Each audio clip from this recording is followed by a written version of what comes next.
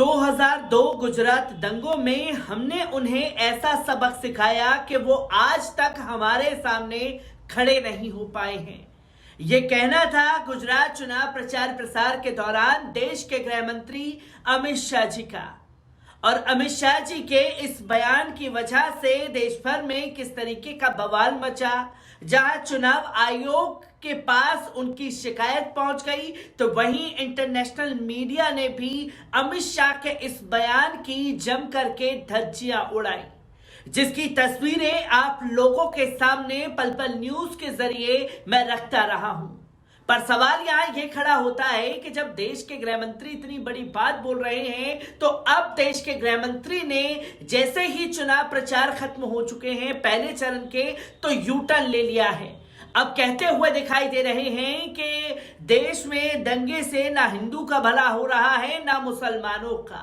आदाब, नमस्कार, अस्सलाम वालेकुम नाजरीन। पल पल न्यूज के न्यूज रूम से मैं हूं आपके साथ नदीम अकरम। इतनी जल्दी तो देश में गिरगिट भी रंग नहीं बदलता जितनी जल्दी नेताओं के भाषण जो हैं रंग बदलना शुरू कर देते हैं। जहां पहले 2002 में हमने सबक सिखाया का नारा देने वाले देश के गृह मंत्री अमित शाह जी अब अपने बयान से यू टर्न लेते हुए दिखाई दिए हैं। जहां गुजरात में उन्हें उनकी चुनावी जमीन खिसकती हुई दिखाई दी, तो अब ये बातें गुजरात चुनाव प्रचार प्रसार के दूसरे चरण के दौरान कही हैं। किस तरीके से तमाम बातें रखी गई हैं, एक बार इस पर नजर डालते हैं। गुजरात विधानसभा चुनाव के पहले चरण के लिए चुनाव प्रचार मंगलवार की शाम पूरी तरीके से थम चुका है। वहीं शाम को केंद्रीय गृह मंत्री अमित शाह ने कांग्रेस के गढ़ में माने जाने वाले ठासरा और अंतर सुंबा में एक जन रैली को संबोधित किया। इस दौरान उन्होंने दंगों की बात दोहराते हुए कहा कि कांग्रेस ने हिंदू मुस्लिमों को लड़ाने के अलावा दूसरा कोई काम नहीं किया। दंगों से ना हिंदुओं का भला हुआ है ना मुसलमानों का, इसलिए आप दोबारा कांग्रेस को वोट देने की गलती ना करें। 22 मिनट के अपने भाषण में उन्होंने कहा कि आज देश के सामने दूध उत्पादन और आलू के उत्पादन में गुजरात नंबर 1 पर है। उन्होंने बताया कि आज के 20 से 25 वर्षीय युवाओं को पता भी नहीं होगा कि कभी इन गांवों में मात्र 5 से 7 घंटे ही बिजली आती थी, लेकिन आज सभी गांवों में 24 घंटे बिजली की सुविधा उपलब्ध है। दुनिया में सर्वाधिक विदेशी निवेश, सबसे अधिक उद्योगों का रजिस्ट्रेशन, सबसे लंबा रोड है, सर्वाधिक सिंचाई की व्यवस्था, सबसे अधिक स्टार्टअप पर है, सबसे अधिक दूध और आलू का उत्पादन, ये सब गुजरात में होता है, जिसके बारे में देश के गृह मंत्री बताते हुए नजर आए। इसके साथ ही उन्होंने पीएम मोदी का जिक्र करते हुए कहा कि मोदी सरकार ही थी जिसने कोरोना काल में कई सराहनीय काम किए। राज्य में शौचालय योजना, जम्मू कश्मीर में 370 की धारा हटाने का कीर्तिमान, यूक्रेन युद्ध में विद्यार्थियों को स्वदेश लाने की बात सहित स्थानीय और राष्ट्रीय तमाम मुद्दों की बात करते हुए उन्होंने मतदाताओं को रिझाने का प्रयास किया है। गुजरात में पहले चरण की वोटिंग 1 दिसंबर को होगी, जबकि दूसरे चरण की वोटिंग जो है वो 5 दिसंबर को होने जा रही है। वहीं दोनों चरणों की अगर बात की जाए और मतगणना देखी जाए तो 8 दिसंबर को होगी।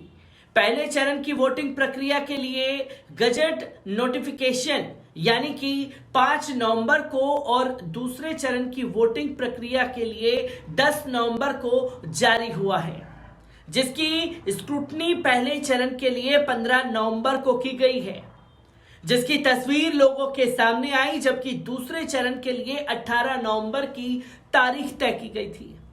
नाम वापसी की अंतिम तारीख पहले चरण के लिए 17 नवंबर और दूसरे चरण के लिए 21 नवंबर निर्धारित की थी, जिसमें कोई नेता अगर बैठना चाहे या किसी कारण से वो दोबारा से अपना रिनॉमिनेशन कराना चाहे तो वो बैठ सकता है, उसकी समय सीमा तय की गई थी। यहां हर चुनाव में बीजेपी की मुख्य विपक्षी पार्टी कांग्रेस ही रही है, लेकिन इस बार आम आदमी पार्टी की भी एंट्री हो गई है। इससे समीकरण बदलने के आसार भी दिख रहे हैं। पंजाब चुनाव जीतने के बाद आम आदमी पार्टी ने गुजरात में भी पूरी ताकत लगा रखी है, जो कि ऐसे में मुकाबला त्रिकोणीय हो सकता है, जो कि तस्वीरें लोगों के सामने आ रही हैं। पर आपको बता दें कि बड़ा सवाल यह है कि इस बार मुस्लिम कैसे वोट करेंगे। क्या वो आपकी तरफ आकर्षित होंगे या फिर एआईएमआईएम या कांग्रेस को वोट देंगे। कांग्रेस का आरोप है कि बीजेपी मुस्लिम वोटों को बांटने की लगातार कोशिश कर रही है और उदाहरण के तौर पर सूरतपुर में 14 में से 12 उम्मीदवार मुस्लिम हैं। लिंबायत में कुल 44 में से 36 मुस्लिम उम्मीदवार उतारे गए हैं। तो वहीं आपको बता दें कि अहमदाबाद के बापू नगर में 29 में से 9 मुस्लिम कैंडिडेट हैं। जमानपुर खड़िया में 8 में से 4 और दरियापुर में 7 में से 4 उम्मीदवार मुस्लिम हैं। 2017 में इन 53 मुस्लिम उम्मीदवार बहुल सीटों में से बीजेपी ने 28 पर और कांग्रेस ने 25 पर अपनी जीत का परचम लहराया था। अब यहां 2022 में बीजेपी का गेम प्लान पूरा चेंज है। मुस्लिम वोटों के बंटवारे और हिंदू वोटों को बनाए रखने पर टिका हुआ है। मुस्लिम वोट अक्सर उन उम्मीदवारों को जाते हैं जिनके जीतने की संभावना है और जो भविष्य में उनके लिए मददगार साबित हो सकते हैं।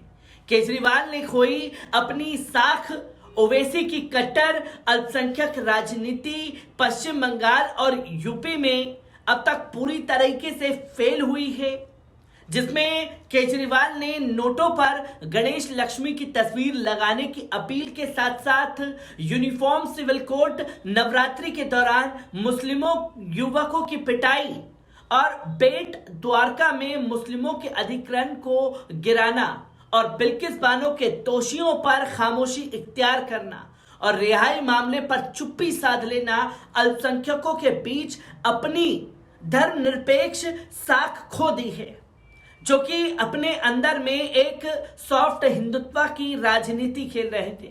किसी पार्टी की जीत तय करने में वोट फीसदी महत्वपूर्ण है। जब कोई विशेष समुदाय या समूह किसी विशेष राजनीतिक दल को सामूहिक रूप से वोट देने का फैसला करता है तो ये आमतौर पर उल्टा असर दिखाता है, जो कि लोगों के सामने तस्वीरें आई।